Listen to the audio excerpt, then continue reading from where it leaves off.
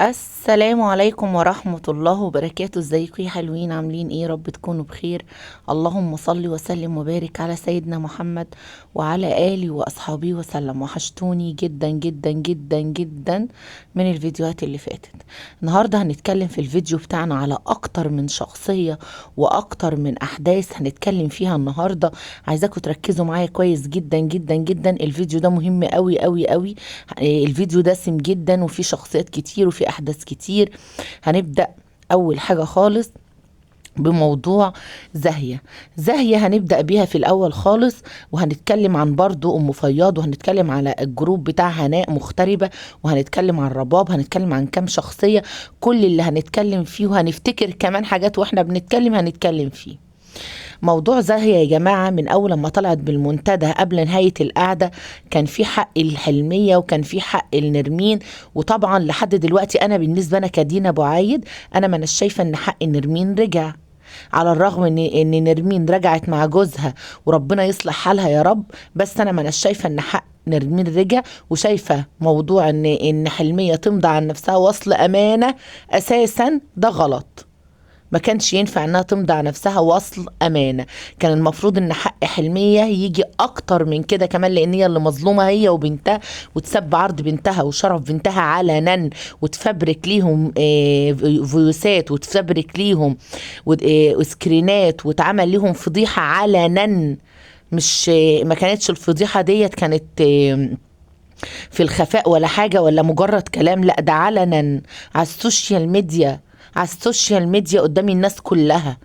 خلاص، فكان ليهم حق وحق وحق وحق كمان مليون حق، وكانوا هياخدوا حقهم. ولو كان لجأوا للقانون كانوا هياخدوا حقهم بالقانون وبالإعلام المصري المحترم النزيه. لكن هم بصوا للطريق السهل اللي هي عايزاه أصلا زاهية، اللي هي عايزاه إن هو يتم عشان ما تجيبش عندها الغلط.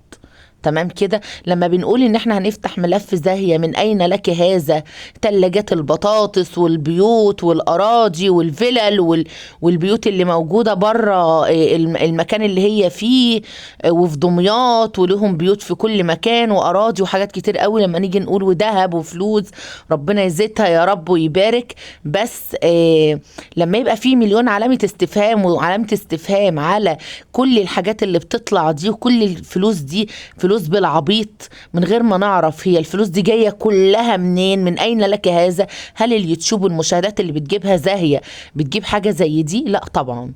زي ما مسكوا التيك توكرز كلهم وعرفوا ان في فلوس جاية من تجارة الأسلحة وتجارة الأعضاء، برضو زاهية ليه لا يا جماعة؟ ان الفلوسها دي كانت بتتحول لناس تانية بأسماء تانية، وكانت بيجي لها تحويلات وغسيل اموال برضو من تجاره الاعضاء، او من تجاره الاسلحه، او من تجاره المخدرات، او من تجاره اي حاجه. ده كله بيبقى عباره عن غسيل اموال. عشان كده بيختاروا ناس معينه بيدوهم فلوس وبيغسلوا من خلالهم الفلوس.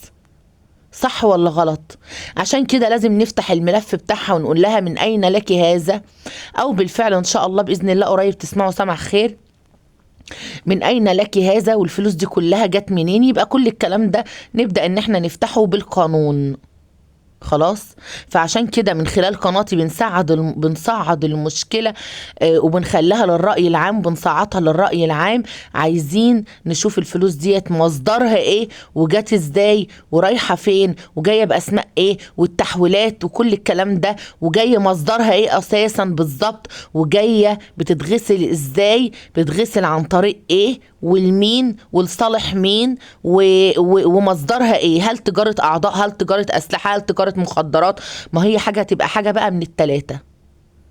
فربنا يستر على بلدنا وربنا يستر على اولادنا. لك الله يا مصر، ربنا يستر بلادنا. مصر محفوظة ليوم الدين، وان شاء الله طول ما فيها رجال امن محترمين وبيشوفوا شغلهم على اكمل وجه، وبيساعدوا وبيساندوا وبيقفوا مع الشعب، ان شاء الله باذن الله كل امثال زاهيه وغيرها واي تيك توكرز او اي حد على منصات السوشيال ميديا بيعمل حاجه زي دي، ان شاء الله باذن الله ربنا يكرم بلدنا بولادنا واخواتنا اللي بيجتهدوا عشان ينظفوا البلد من الامثال، من الاشكال دي ومن الامثال اللي زي دي. تمام. طيب هنتنقل تاني مرة، تاني حاجة بقى هنتنقل على مين؟ بس ما تنسوش يا جماعة تحطوا اللايك علشان نتنقل دلوقتي، وتعملوا اشتراك في القناة. على فكرة في قناة عندي على المنتدى اسمها اسمها ايه، في قناة عندي على المنتدى اسمها أسرار المطبخ مع دينا. يا ريت كلكم تخشوا فيها وتشتركوا فيها. عندي على المنتدى اسمها أسرار المطبخ مع دينا. القناة دي هنطلع فيها حاجات حلوة قوي هتعجبكم، أو مفاجآت ومفاجآت. تمام. طيب يا ريت كلكم تشتركوا فيها يا جماعة. طيب دلوقتي هنيجي بقى لموضوع رباب وأميمة، تمام، وأم فياض. الأول خالص طلعت علينا أميمة بفيديو بتقول فيه إن رباب خاينة وهي لها علاقة بمصرية في باريس، وهما الاتنين أصلا أصحاب، وكل اللي كان بتديه لمصرية في باريس ده كان حصريات عن طريق رباب. فرباب خاينة وكانت مصاحبة مصرية، هما الاتنين متفقين إن مصرية تشتمها وهي تشتم مصرية وبتشتم هناء، وإن اللي بتطلع كل أسرار هناء هي مصرية. طيب يا جماعة، هل الكلام ده يعقل؟ أنا كدينا بعيد أهو بقول لكم، هل الكلام ده يعقل؟ انا عن نفسي شايفاه لا يعقل. لما تيجي تتكلمي كلام يا أميمة اتكلمي كلام يعقل، الناس ما تقولش فيه انك انت بتهرتلي وبتقولي اي كلام وخلاص.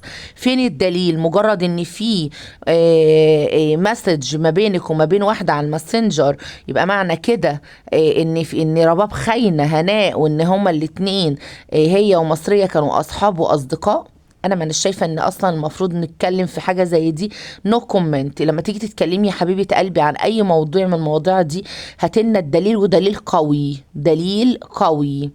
هل بعد سب شرف وعرض عرض إيمان مصرية من رباب، سبت شرفها وعرضها وعرض ولادها سنوات طويلة وبهدلتها ليه؟ هي ساعتها بقى إيمان مصرية كانت متفقة مع رباب إنها تقول لها اطلعي سبي شرف ولادي وقولي فين عذرية بنتي؟ مين اللي يقبل عن نفسه حاجة زي دي؟ دي حاجة. تاني حاجة، كانت متفقة معاها إنها تودي لها مرانة وتفضحها في بلدها، وكل يوم تطلع وتقول لها 3 ساعات ونص. مين اللي يوافق بحاجه زي دي؟ ومين اللي يرضى على نفسه حاجه زي دي؟ خليكم يا جماعه يعني اعتبروا ان احنا ما بنفهمش حاجه، وخليكم انتم لو لحظه واحده ناس عاقله وبتفهم وبتحلل الامور كويس. مفيش حد هيصدقك يا أميمة.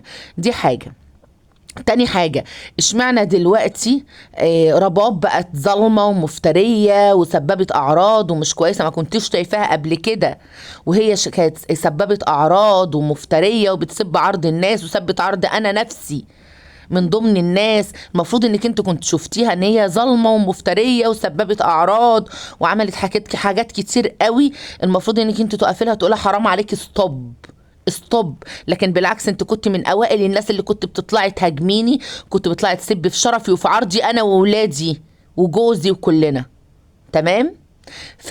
ما تجيش تتكلمي على المثاليه دلوقتي وانت اساسا ما نفذتهاش على ارض الواقع يا أميمة. تمام كده. فمحدش هيصدقك، محدش هيصدقك، لان رباب من اوائل الناس اللي سبت مصريه في باريس. ومصرية دلوقتي إذا كانت بتطلع وبتتكلم على هناء فده طار قديم جدا، واللي بدأت فيه هناء، واللي بدأت فيه هناء. تمام. وطبعا زي ما كلكم عارفين ان من الناس اللي تسب شرفهم وعرضهم برضو هي وولادها على اليوتيوب هي إيمان مصرية. خلاص كده. فكله سلف ودين يا أميمة، فمحدش هيصدقك يا حبيبة قلبي. فما تيجي تتكلمي تعالي تكلمي كلام يعقل. بالنسبة لفراولة، أنا شايفة إن فراولة الفيديو اللي هي عملته فيديو كويس جدا، وكانت بتتكلم فيه كلام كويس جدا، وكانت بتقول فيه كلام معقول. يا ريت ان رباب ما تردش. اللي انا شايفاه ان رباب دلوقتي بترد سواء كان بالكلام او بترد بتلقيح مثلا على الفيديوهات. بس كل واحد حر في منتداه في قناته. يعني لو كتبت اي عنوان على اي فيديو هي حرة، لكن حتة ان احنا نوقف ونعمل ستوب، فحتة ان احنا نوقف ونعمل ستوب عشان ما نردش وننزل من مستوانا يا رباب، مش اكتر. وده اللي انا قلته. اما بالنسبة للمغتربة ده امر مفروغ منه. دي واحدة متبلية، دي واحدة كدابة، دي واحدة منافقة، دي واحدة سببت أعراض محدش هيصدق لها كلمة. بالنسبة أنا عايزة برضو أديكم مربط الفرس في موضوع رباب وإيمان. أنت طالعة تقولي يا أميمة إن رباب ظلمة، وإن مغتربة عرفت إن هي ظلمة، فعشان كده حبت إن هي تبعد عنها، وقالت إن أنا مش هرجع لها تاني وتطلع من حياتي، صح؟ طيب منين ان هناء كانت عايزه رباب تطلع من حياتها، ومنين وان هي خاينه، ومنين قالت لفراوله ان انا سيبوني وان انا مسامحاها وان احنا اصحاب واخوات وحبايب، وقالت لها سيبوني شويه لحد اما اهدى لحد شهر 11. صح ولا غلط؟ فهي لو انسانه مش كويسه كانت زمانها قالت من الاول خالص انا مش عايزاها، ولا انها كانت تقول لكم استنوا لحد شهر 11 لحد اما اشوفوا الكرب بتاعي يتحل وبعد كده نرجع لبعض. صح ولا غلط؟ في حاجة غلط في الموضوع يا جماعة، في حاجة غلط. واظن في متابعين ومتابعات كتير ناس اذكياء وفاهمين الدنيا والليلة فيها ايه. فيا أميمة لما تيجي تطلعي تتكلمي يا أميمة اتكلمي كلام يعقل. انت بتقولي لها انت ثبتي شرف وعرض دينا كتير واتكلمتي على دينا كتير، كلكم ثبتوا شرفي وعرضي يا أميمة، بهدلتوني وثبتوني وغلطتوا فيا وعملت اللي ما يتعملش في واحدة ست دم ولحم ام ل3 اطفال، وانا ما اناش مسامحة، وحسبي الله ونعم الوكيل، حسبي الله ونعم الوكيل، حسبي الله ونعم الوكيل. تمام. هنيجي بقى يا جماعة لأم فياض. يا ريت بقى كلكم تحطوا اللايك، يا ريت كلكم تحطوا اللايك وتشتركوا في القناة بتاعتي والقناة كمان اللي على المنتدى أسرار المطبخ مع دينا. يا ريت تشتركوا فيها عشان القناة دي حلوة قوي، هيطلع لكم فيها عليها بصي مفاجآت، قناة تبقى حلوة قوي قوي قوي. يا ريت كلكم تشتركوا فيها عشان نفعلها ان شاء الله الاسبوع ده باذن الله. تمام. طيب يا جماعه هنيجي دلوقتي لام فياض. ام فياض عملت فيديو حلو جدا انا حاطه لكم على المنتدى، فيديو درس، وبتعتذر في الفيديو للحاجه فاطمه وبتقول لها انا اسفه يا حاجه فاطمه. بصوا يا جماعه ام فياض بالنسبه لي انا حد محترم وحد كويس، وخصوصا بعد موقفها والا انا ما كنتش قابلتها في قناتي لما دخلت قبل كده وعلقت. ليه بقى؟ ليه يا جماعه؟ ام فياض انا لقيت لها كم موقف ما بترضاش بالغلط، والدليل على كده لما طلعت مغتربة قبل كده عملت فيديوهات مع ابو زياد وطلعت اتكلمت بطريقة قذرة. اول واحدة هجمتها ام فياض، ام فياض لما عملت، لما طلعت هي قالت انا بعتذر لاخواتي، ام فياض طلعت وعلقت وقالت اصلا ما كانش ينفع انها تيجي على اخواتها من الاول، ولا تشتم اخواتها ولا تقول لاخواتها يا اولاد الحرام من الاول. لكن للاسف هي لا لها عزيز ولا لها غالي. عشان كده لما طلعت انتقدتها ام فياض وطلعت انتقدت اكتر من حاجه، طلعت شتمتها وجت عليها لانها يعني شخصيه قذره نرجسيه قذره، شخصيه قذره بحته نرجسيه من الدرجه الاولى، واللي زي دي تاذي نفسها وتاذي اللي حواليها. فحسبي الله ونعم الوكيل. ادي حاجه. فأم فياض يا جماعة أنا شايفة أن موقفها موقف كويس جدا. بتقولي أن أنا ندمانة، بتقولي أن هي كان على عينيها غمامة زينا بالظبط، كانت مخدوعة.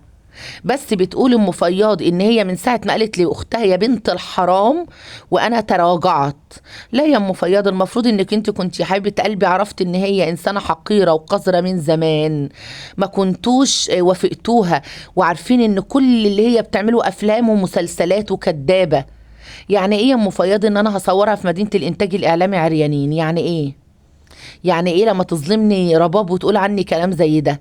لما بقول لرباب اطلعي اعتذري وقربي من وجه ربك الكريم، وقربي من ربنا واعتذري وادعي لنفسك، انا ما بقولش اي كلام، انا بقول كلام لوجه الله سبحانه وتعالى عشان يقعد لنا. انا من الناس اللي اتظلمت كتير على المنصة، عشان كده انا حاسه بمعنى الظلم وحاسه بقيمه الظلم كويس قوي، والقهر كمان لما نقهر حد مظلوم. تمام. فانت يا ام فياض ما عملتيش حاجه غلط، وعين العقل اللي انت عملتيه وقولي حسبي الله ونعم الوكيل. وانت مش اول واحده، انت ام ربال الست المحترمه يعني الست المحترمة ألمها ألم الحق وكلمتها كلمة حق. يعني عمرنا في حياتنا ما شفناها طلعت غلطت ولا قالت لفظ ولا قالت حاجة، وكل اللي هي عملته في سبيل الله، مش هتندم عليه أبدا. فحسبي الله ونعم الوكيل فيها هي وكل اللي بيشجعها على كده. حسبي الله ونعم الوكيل. تمام. فيا جماعة ده الفيديو بتاعنا النهاردة، أنا مش عايزة أطول عليكم أكتر من كده. هو الفيديو كان المفروض يبقى فيه أكتر من كده، وكان الفيديو هيبقى أطول من كده، بس أنا إن شاء الله بإذن الله هعمل لكم فيديو تاني بإذن الله هيبقى فيه حاجات كتير توضيحا، وعشان يعني ما أطولش عليكم، لأن بجد بجد الموضوع بقى دلوقتي، يعني أقول لكم إيه، الموضوع بقى يعني مستفز قوي، مستفز قوي قوي قوي. غير طبعا كل الكلام اللي بيتقال، وانا تعبانه وانا عندي كرب وانا ما اناش قادره ومش عارفه اكمل وي وي وي وي وحوارات كتير ما حدش عاد بيصدقها، لان عارفين ان هي ملكه الحوارات، ملكه الحوارات والتأليف. حسبي الله ونعم الوكيل. يلا يا جماعه انا مش هطول عليكم اكتر من كده، ما تنسونوش بشير ولايك واشتركوا في القناه، واشتركوا في القناه اللي على المنتدى بتاعت اسرار المطبخ مع دينا، وشجعوني يا بنات وحطوا لنا اللايكات، واستودعكم الله الذي لا تضيع ودائعه، والسلام عليكم ورحمه الله وبركاته.